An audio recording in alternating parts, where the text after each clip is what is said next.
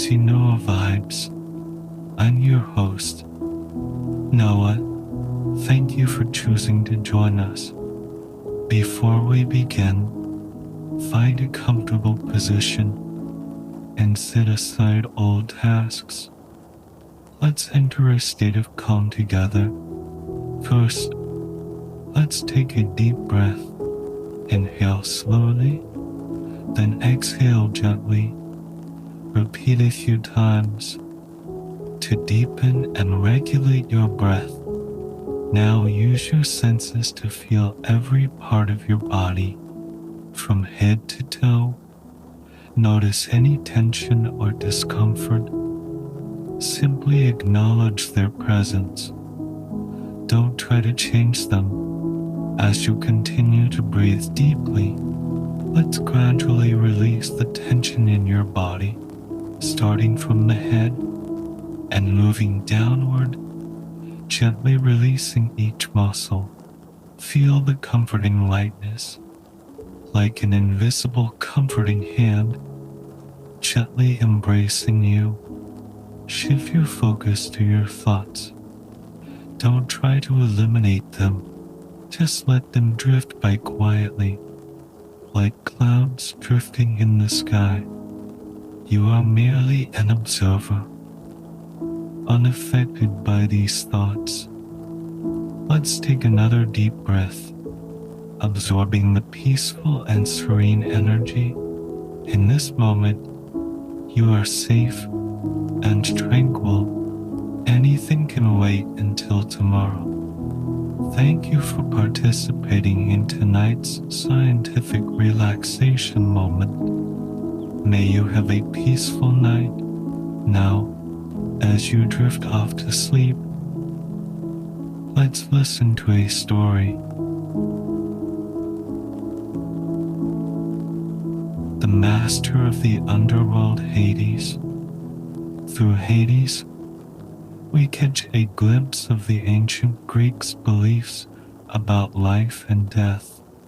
Hades is the brother of Zeus, and together with his siblings, they overthrew the Titans, led by Cronus, to establish dominion over the universe. They drew lots to divide the realms. Zeus became the ruler of the sky and earth, Poseidon of the sea, and poor Hades drew the short straw, becoming the lord of the underworld, the realm of the dead. This place, where spirits wander aimlessly, is feared by all. Neither gods nor mortals wish to associate with death. Thus Hades was not included among the 12 Olympian gods. Unlike his siblings, Hades also goes by the Roman name Pluto, which later lent itself to the dwarf planet Pluto. This name originates from his rulership over the underworld, where various treasures are buried. Pluto thus amassed immense wealth and became associated with fortune and riches, reflected in English words derived from his name. The ancient Greeks believed in only one destination after death, regardless of one's deeds in life, hence comfortable. Hades was feared by all, and Greeks avoided any association with him, as it meant facing mortality. Consequently, there are few temples dedicated to him, and scant sculptures or paintings compared to other gods. Even the gods themselves keep their distance. None would venture into the underworld. Similarly, in Chinese mythology, there is no record of the king of hell visiting the homes of other deities or dedicated temples to him. However, despite the taboo surrounding death, The Greeks created Hades to explain the afterlife. Though myths depict events in the underworld, they ultimately express a longing for life. Many religions suggest that the soul persists after death, and Greek religion is no exception. Just as there is a ruler in the mortal world, so too is there one in the afterlife. In China, he is known as Yanluo, while in ancient Greece, he is Hades. Next, let's delve into the terrain of the underworld, its deities, the journey of souls, and famous tales within it. The underworld lies beneath the earth's surface, surrounded by 5 rivers: the river of fire, Cocytus the river of lamentation, Akron the river of pain, Leth the river of forgetful, and the most famous, Styx, also known as the river of hatred, often mentioned in odes. Crossing the Styx symbolizes entering the realm of death. In Christianity, one's afterlife is closely tied to their actions in life. The righteous go to heaven, while the wicked descend to hell. Similarly, in Chinese mythology, the fate of the dead varies. Despite the wishful thinking, death is inevitable, and myths provide hope for the continuation of existence. The underworld in Greek mythology comprises 3 tiers: the Elysian fields, the asphodel meadows, and Tartarus. Most souls end up in the asphodel meadows, a dreary place for the nameless masses to rest. Though its name suggests beauty, it is perpetually gloomy, a grayscale world filled with melancholic trees. Here, ordinary souls wander aimlessly, leading monotonous lives. For those who gravely offended the gods, Tartarus awaits a place of eternal torment surrounded by fiery rivers, akin to the concept of hell in Christianity. Notably, Tartarus in Greek mythology heavily influenced early Christian beliefs, mentioned even in the New Testament. A fortunate who find themselves in the Elysian fields, a paradise akin to heaven. Here, everything flourishes abundantly, and inhabitants enjoy eternal bliss. Untouched by toil, Cronus, the father of Zeus, eventually finds solace in the Elysian fields after being imprisoned in Tartarus.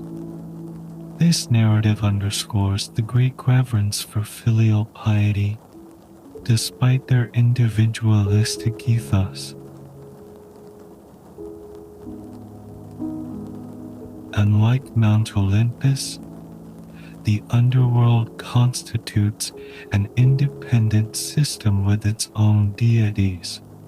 Among them are the primordial deities, 2 of whom reside in the underworld: Nyx, the goddess of the night, and Erebus, the embodiment of darkness. Together, they birthed Thanatos death and Hypnos sleep, brothers who oversee the transition of souls to the underworld. Thanatos, the god of death, guides souls to the banks of the river Styx, marking the end of his duty. During times of war or plague, Hermes may also fulfill this role. Artists often depict Thanatos alongside his brother Hypnos, commemorating Hypno's premature death, identical in appearance. One resides in light while the other dwells in shadows.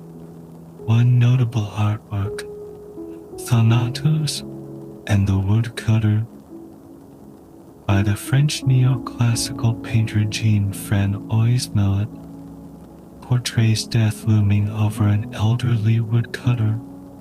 Despite life's hardships, the woodcutter clings desperately to his bundle of wood, symbolizing the innate desire for life even in the face of death. This painting, initially shunned by art salons, reflects the discomfort with mortality prevalent in society. Millet is perhaps best known for The Gleaners, a poignant depiction of three women gathering wheat. Though their faces aren't visible, their resilience and hardship are palpable. Millet's work earned him the titles Dante of the Peasants and Michelangelo of the Hovels. In conclusion, Hades, the god of the underworld, embodies the Greeks' complex beliefs surrounding death. Despite the taboo surrounding mortality, myths offer solace and hope for an afterlife, reflecting humanity's enduring quest for meaning and understanding in the face of death. Hecate, the goddess of magic and ghosts, belongs to the Titan gods. She is the daughter of the star goddess Asteria and the god of destruction Perseus. Ancients believed that Hecate represented the dark side of the world, and in later myths, she was also worshipped as a goddess of the underworld and night. Hecate is also the goddess in charge of crossroads, hence is called the goddess of choices. She represents the capriciousness of fate, unpredictable chances. It is said that she later became the handmaiden of Persephone, the queen of the underworld. Charon, the ferryman on the river Styx, is responsible for ferrying souls across the river. Souls wishing to cross the Styx must give him a coin. Without a coin, they cannot cross and will wander aimlessly, becoming lost souls and wandering ghosts. This is why the ancient Greeks always placed a coin in the mouth of the deceased, sometimes even placing two coins on their eyes. If no coin is placed, the deceased will never find peace. The ancient Greeks valued funerals greatly, and in some places, laws were enacted to punish those who did not fulfill their funeral duties to their relatives. Every family had the obligation to ensure that the deceased entered the other world peacefully, with no ties to the mortal world. If this obligation was not fulfilled, they would become wandering ghosts, which was not desirable for anyone. The ancient Greeks believed these wandering ghosts would cause mischief and trouble in the mortal world. We call them evil spirits in China. Upon reaching the shore, they enter the gates of the underworld, guarded by a fierce dog with 3 heads named Cerberus. His duty is to guard the gates of the underworld, which only allow entry and not exit. No soul is allowed to escape from inside, nor is any living soul allowed to enter. The 3-headed dog in this image looks disgusting, with drool dripping from its mouth, which is poisonous. After entering the gates of the underworld, souls arrive at a place called the Fields of Asphodel. Although it is named after a meadow, it is actually a court, an underground courthouse. Here, there are three judges known as the three judges of the underworld, namely Minos, Rhadamanthus, and Aeacus. Minos, the son of Zeus and Europa, a demigod, was the king of Crete. This king was renowned for his fair and just rule during his lifetime, and the territory under his jurisdiction, Crete, developed into a prosperous and wealthy country. After his death, he became one of the three judges of the underworld, responsible for judging thoughts.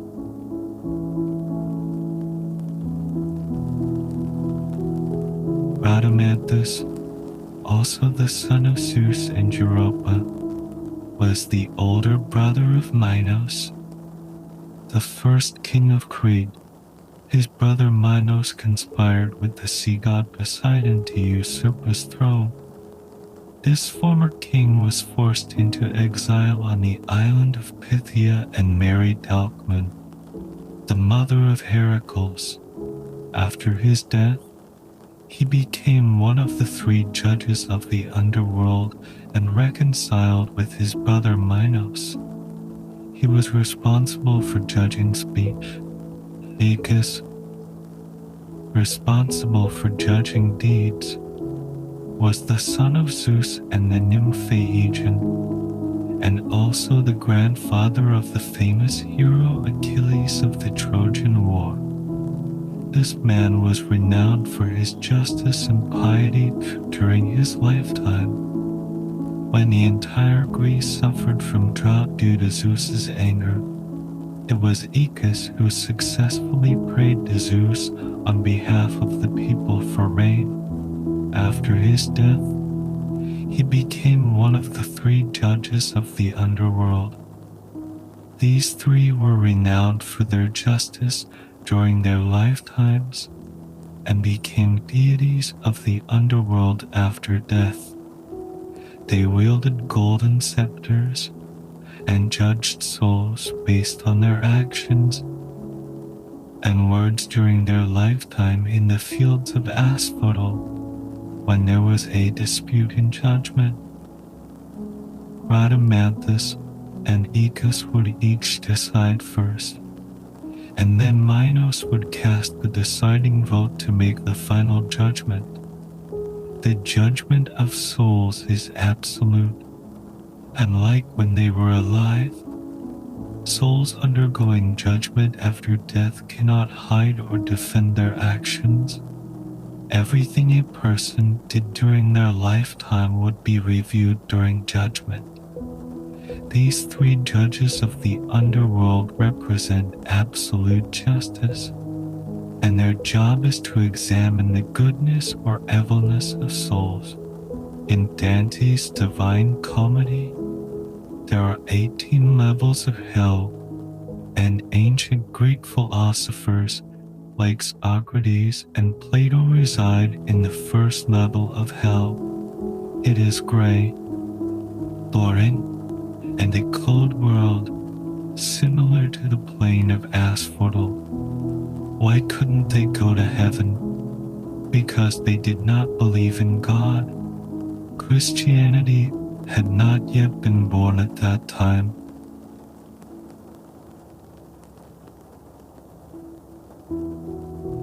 Within the Pluto system, humanity has discovered a total of 5 Pluto moons, namely Terran, Nyx, Hydra, a 9-headed serpent, said to be a descendant of Typhon's offspring, Cerberus, 3-headed dog, and Styx the river. Next, let's compare the underworld in Chinese mythology with that of Greek mythology. The common point is after death, souls will face judgment based on their behavior during their lifetime and then go to different places. The principle followed is also the same: good deeds are rewarded and evil deeds are punished. There are two differences in Chinese mythology. The underworld is a temporary residence for the deceased, and unless one has committed heinous crimes, most souls eventually enter the cycle of reincarnation. The underworld is a transition between reincarnations, influenced by Indian civilization. In contrast, in Greek mythology, the underworld is a permanent abode after death. In Greek mythology, human life is brief, but after death, time is eternal and unchanging. After judgment, accountable, regardless of where they go, souls face an eternal and unchanging world where time does not pass. This is also the root cause of the different approaches to life and death between Eastern and Western civilizations.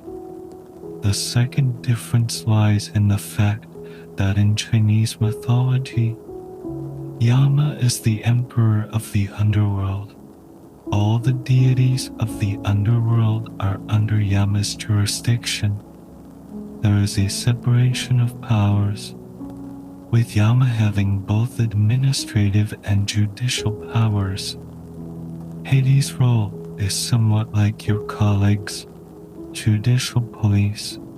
He does not interfere with the judge's judgments. The most important thing for the warden of the prison is not to let the prisoners escape. Hades is like the chief of police in the underworld, managing the prison. There is a separation of powers.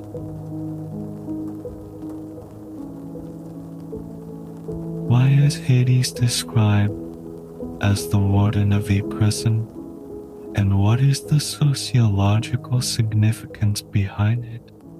Although ancient Greeks feared death, they feared even more the souls of the dead who could not enter the underworld. If those deceased souls escaped from the underworld and roamed in the mortal world, they were called ghosts. Those who did not receive proper funerals were considered dressless ghosts. Those who died young, suffered violent deaths, or did not receive proper burials were especially restless, resentful, and ferocious. They were unwillingly to engage in despicable acts. This is similar to some ghost stories in China. There are many Greek myths related to the underworld, among which the origin of Persephone, the queen of the underworld, is the most famous. As mentioned earlier, nobody likes the underworld, not even the gods.